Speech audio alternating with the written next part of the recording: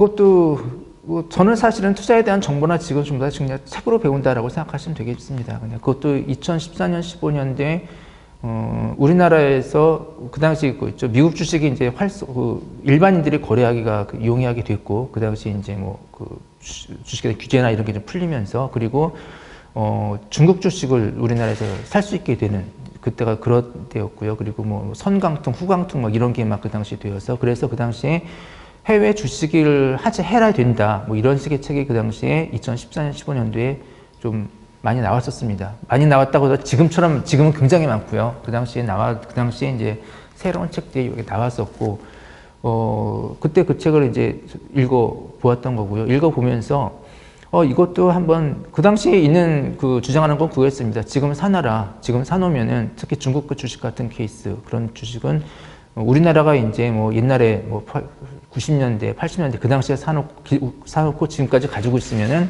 엄청나게 오르지 않았느냐. 삼성전자도 그렇고, 그런 게 되게 많지 않습니까? 그런 것처럼, 우리는 이제 어떤 산업이, 어떤 기업들이 오르게 되고, 어떤 분야가 크게 성장할지를 이제 알고 있으니까, 그 당시 중국 주식에 해당되는 것도 그 당시 잡고서 사고팔고 하지 말고, 이것 또한 그냥 3년, 5년, 10년 계속 두고 있으면은 삼성전자 주식이 우리나라에서 크게 올랐듯이 크게 오를 것이다. 이런 식의 얘기가 그 당시 책인데 그런 식의 이야기가 많이 있었습니다. 단기 투자로 하지 말고. 그래서 같은 맥락으로 그 당시에 미국 주식에 해당되는 것도 그런 식의 접근이 많았던 거고요. 그래서 그 당시 나온 것이 이제 추천하는 것이 굉장히 이제 많아요. 이런 주식을 가지고서 오랫동안 가지고 있으면은 10년 동안 가지고 있으면은 무슨 포르쉐를 살 수 있다부터 시작해서 아파트를 살 수 있다 이런 식의 얘기가 많았던 거고. 그래서 그걸 보고서 저도 한번 이제 들어가 보자라고 했던 거고요. 그래서 그 당시에 처음에 들어갈 때는 한 3천만 원 정도였었습니다. 3천만 원 정도 해당되는 걸 가지고서 중국 주식, 미국 주식 가지고서 제가 잘 알지는 못했고, 그러니까 그 당시에 이제 그렇게 책에서 추천하는 건데 여러 가지 책이 있었던 것이고, 거기서 공통적으로 추천하는 대상이 있었던 거고요. 그래서 그런 거를 사놔서 한 종목이 몇백만 원, 처음엔 이제 크지 않은 금액이었습니다. 그래서 몇백만 원 해당되는 거를 사놓고서 거기서 이제 장기적으로 가지고 있으라고 했으니까 한번 그냥 장기적으로 몇 년 동안 가지고 있어 보자라고 해서 가지고 있었던 거고요. 그래서 3년 정도 지나서, 그래서 이제 국내 주식 같은 경우에는 그 사이에 사고 팔고 여러 가지 일반적인 주식 거래처럼 했지만은 건드리지 않은 않은 게 있었는데, 해외 주식, 중국, 미국 주식하고 비트코인은 건드리지 않았고, 그러니까 우리나라 주식 가지고는 거래를 했지만, 그래서 3년 정도 지나고 나서 그 사이도 사실은 거래 계좌를 가끔가다 확인했지만 그냥 몇 달에 한 번씩 계좌를 확인했었던 거고요, 사실은. 그래서 그러고서 3년 정도 지나서 보니까 정말로 엄청나게 올라가 있었습니다. 몇 배가 올랐었던 거고요. 몇 배가 올랐었는데, 그렇다고 해서 그때 추천하는 종목이 전부 다 올랐냐? 그건 아니고 마이너스 된 것도 있어서 거의 반타작 난 종목도 있었습니다. 그렇게 다 모든 사람들이 추천했던 종목인데 반타작 난 과목도 있었고, 그리고 2배 오른 종목, 몇십 % 오른 종목도 있었는데, 정말로 굉장히 크게 오른 종목들이 있었던 거고요. 그래서 전체적인 수익률이 굉장히 그 당시 우리나라 주식의 사고 팔고 한 것보다 훨씬 수익률이 좋았던 거고, 근데 그때 크게 몇 배가 올라서 세 종목이 크게 오르니까 전체적인 수익률이 굉장히 높았던 거고, 그래프 딱 보면 되는데 어쨌든 그건 10배 이상은 올랐었습니다. 마오타이도 그렇고 넷플릭스도 처음 가기 위해서는 10배 이상 올랐죠. 크게 오른 두 종목의 공통점을 보니까 그 사이에 한 3년이라는 기간 동안에 계속해서 매출과 이익이 계속해서 증가된 종목이었던 것이고, 그래서 매출과 이익이 계속해서 오른 종목을 하게 되면 주가가 계속해서 오르는 거겠다라는 생각을, 사실 그게 그때 그런 생각을 처음 했던 거고요. 그 전에는 이렇게 저렇게 여러 가지 이슈 보다가, 그래서 그때 포트폴리오를 짜면서는 매출하고 이익이 계속해서 오르는 종목들, 그때 기준으로는 한 20% 정도씩 계속 오르는 그런 종목들로 다시 포트폴리오를 만들었던 거고요. 하나 더 하게 되는 것은 추세가 어쨌든 간에 장기적으로 우상향이라고 해서 계속 이렇게 올라가는 건 아니고 중간에 계속 이렇게는 됩니다. 이렇게는 되지만 어쨌든 간에 3년, 5년 정도의 추세를 보게 되면 계속해서 오르는 종목, 이거를 하나의 조건으로 들고 있는데, 왜 그러냐고 하게 되면은 아무리 기업이 좋아도 이게 전혀 관심을 못 받는 종목, 사실은 이게 일본 주식 등에 그런 종목이 되게 많았습니다. 굉장히 실적이 좋은데 계속해서 이렇게 안 오르는 종목, 5년이 가도 계속 안 오르는 종목, 또 그런 것도 바라지 않는 거고요. 그래서 시장에 관심이 좀 받아야지 이게 상승을 하는 거지. 아무리 기업이 좋은데 사람들이 아무런 관심을 가지고 있지 않는다. 이런 거는 이제 아무리 좋은 기업이라고 하더라도 이게 주가가 오르는 거하고는 관계가 없다. 일반적으로는 이제 이직이 증가하면 기업이 주가가 오른다라고 하지만은 그 비율은 70% 정도라고 봅니다. 70% 정도는 이익이 증가하게 되면 주가가 오르지만 30% 정도는 이익은 증가하지만은 이제 주가는 별 관계 없는 거, 그런 경우가 분명히 존재하는 거고요. 그래서 매출과 이익은 계속 증가하는데 근데 주가는 안 오르는 케이스, 관심을 안 받고 사람들이 안 사면 안 오르는 거고요. 그렇기 때문에 사람들이 좀 관심을 가지고 이익이 올라가게 되면은 좀 오를 수 있는 주식, 이런 주식이어야 된다고 생각해서, 그래서 추세가 좀 어쨌든 매출과 이익이 계속 오르는 동안에 좀 올라줘야 되는 거지 않습니까? 그래서 이렇게 되는 주식, 그렇다고 해서 이건 아니고 계속 중간에 이건 있습니다. 그래서 추세적으로 오르는 거, 추세가 그냥 이익을 계속 내고 있는데 그냥 아무 변동 없이 계속해서 이렇게 되는 주식은 별로 이게 안 오를 가능성이 크다고 생각하기 때문에, 그래서 매출과 이익이 증가하는 거, 이익이 증가하는 거, 그리고 장기적인 추세가 좀 우상향을 보이는 거, 지금으로서는 일단 그 세 가지 기준을 적용하고 있습니다. 성장주 투자는 뭐냐고 하게 되면은 그게 문제점, 그렇게 되면 좋다는 걸 알면서도 그 방법의 문제점이 뭐냐고 하게 되면 매출과 이익이 증가할 때는 좋은데 매출과 이익이 꺾였을 때가 그거 폭락을 합니다. 그래서 이게 위험하다라고 할 때가, 성장주 투자가 위험하다라고 할 때가 뭐냐면은 매출이익이 증가하는 동안은 좋은데 그게 꺾였을 때는 그게 대폭락을 하기 때문에, 그래서 그것이 이제 위험한 투자다 이렇게 보는 경우도 있는 거고요. 근데 저는 어떻게 생각하냐면은 대폭락하는 건 맞고요. 계속해서 올라가다가 매출과 이익이 꺾이면 크게 떨어집니다. 크게 떨어지는데 한 종목이 아니고 한 10몇 종목을 가지고 있는 거고요. 그 중에서 한두 종목 같은 경우는 폭락을 해서 반타작이 정말 되는 거고요. 근데 그 반타작이 되더라도 그 중에서 그러니까 계속 하다가 떨어지는 종목이 있고, 그 매출과 이게 떨어지는 종목이 있고, 그대로 가는 종목이 있고, 계속해서 오르는 종목이 있는 거고요.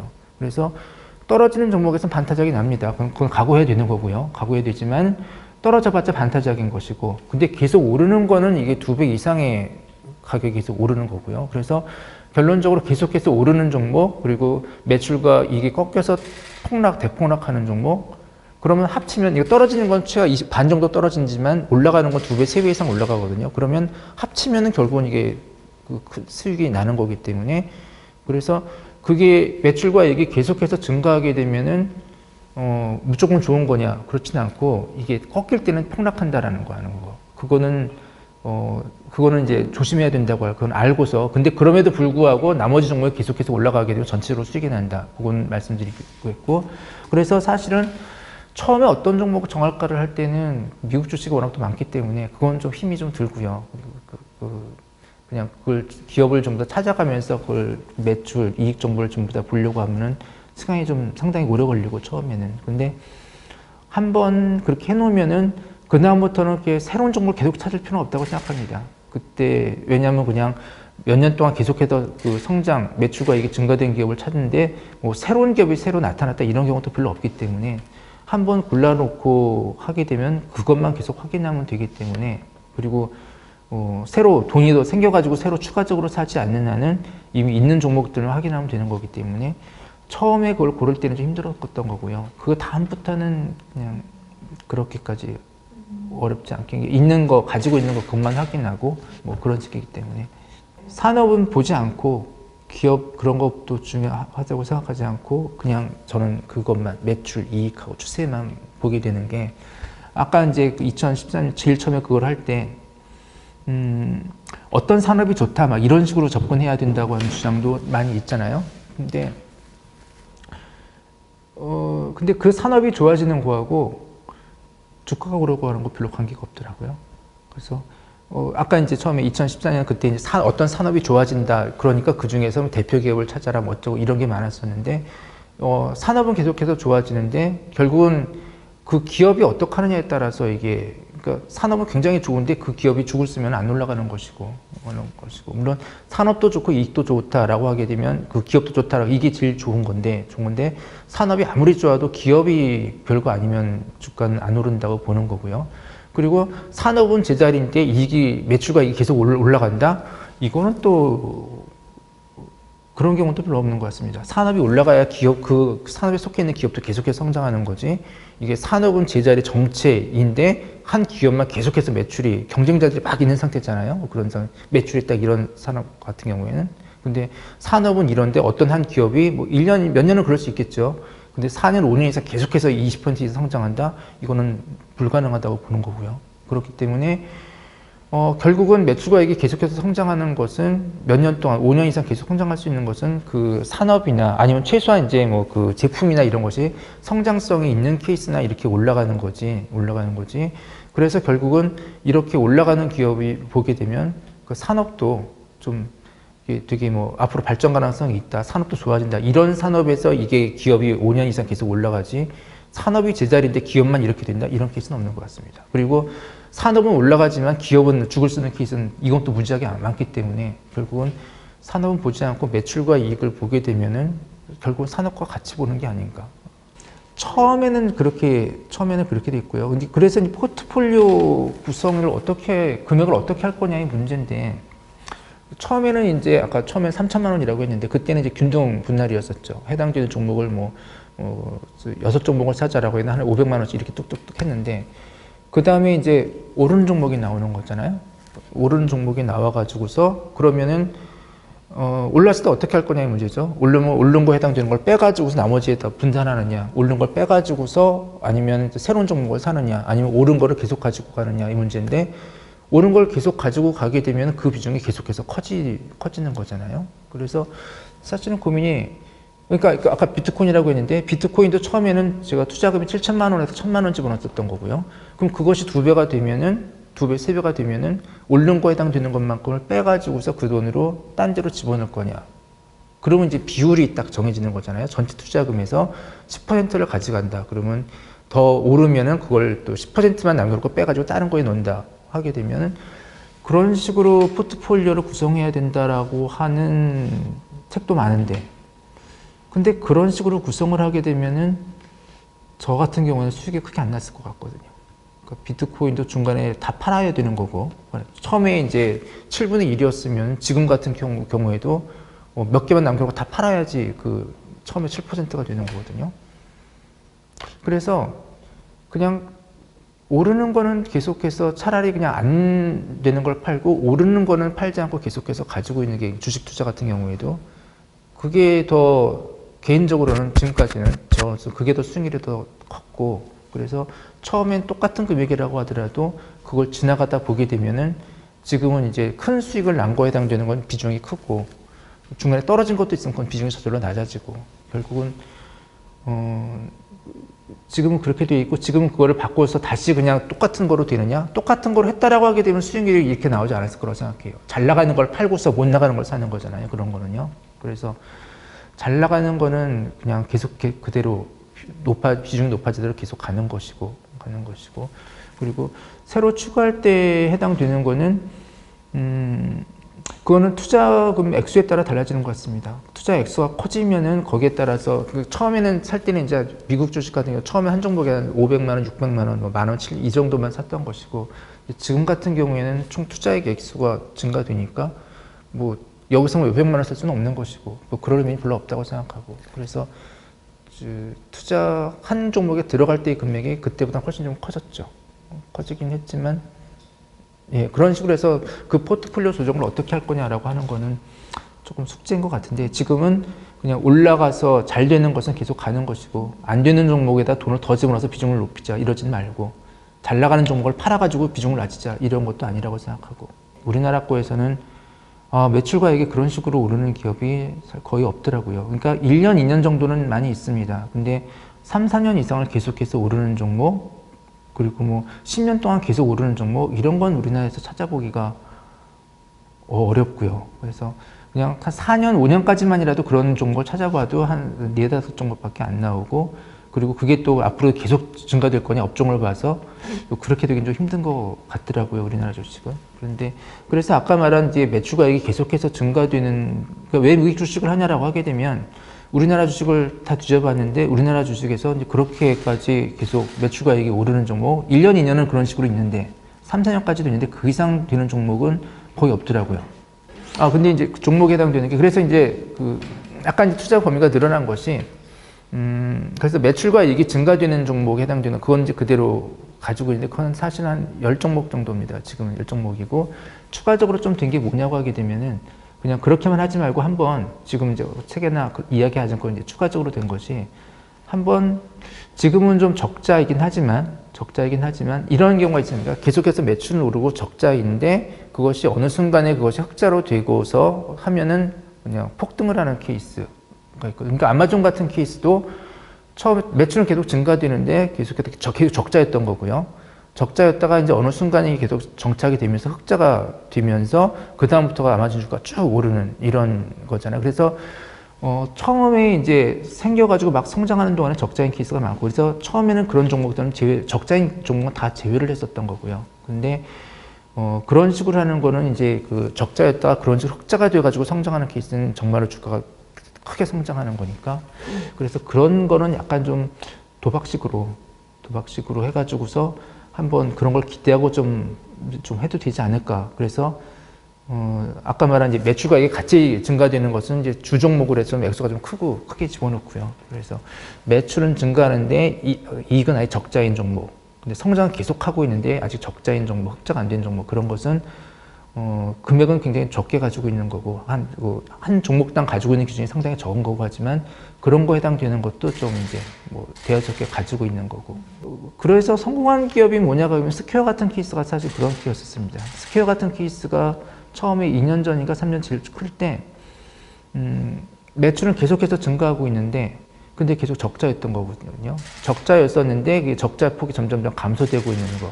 그 타이밍에, 아직 흑자는 안 된 상태에서, 그 타이밍에 이제 그 스퀘어를 사서 들어갔던 것이고, 그게 이제 작년, 재작년 그때 흑자가 딱 되면서, 그게 혹자로는 이제 비트코인을 가지고 있어서 올랐다 이런 것도 있긴 하지만 어쨌든 간에 그러면서 그 스퀘어 주식이 확 올랐던 경우가 있고, 그런 걸 기대하면서 조금 좀 어느 정도 좀 해당되는 걸 좀 가지고 있는 게 있죠. 추가적으로 좀 들어간 돈이 좀 있었긴 하지만은 그게 3천으로 처음 시작해서 중간에 조금 더 들어간 돈이 있지만 월급 받은 사람이 거기서 큰 그게 아니고 결국 수익금이 계속해서 이렇게 되는 건데, 또 그것이 지금 비트코인보다 조금 더 액수가 조금 더 같거나 조금 많은 수준이니까요. 그래서 10억? 그저 지금은 그 정도 됩니다. 그래서 제 목표 수익률은 사실은 한 4년에 2배였습니다.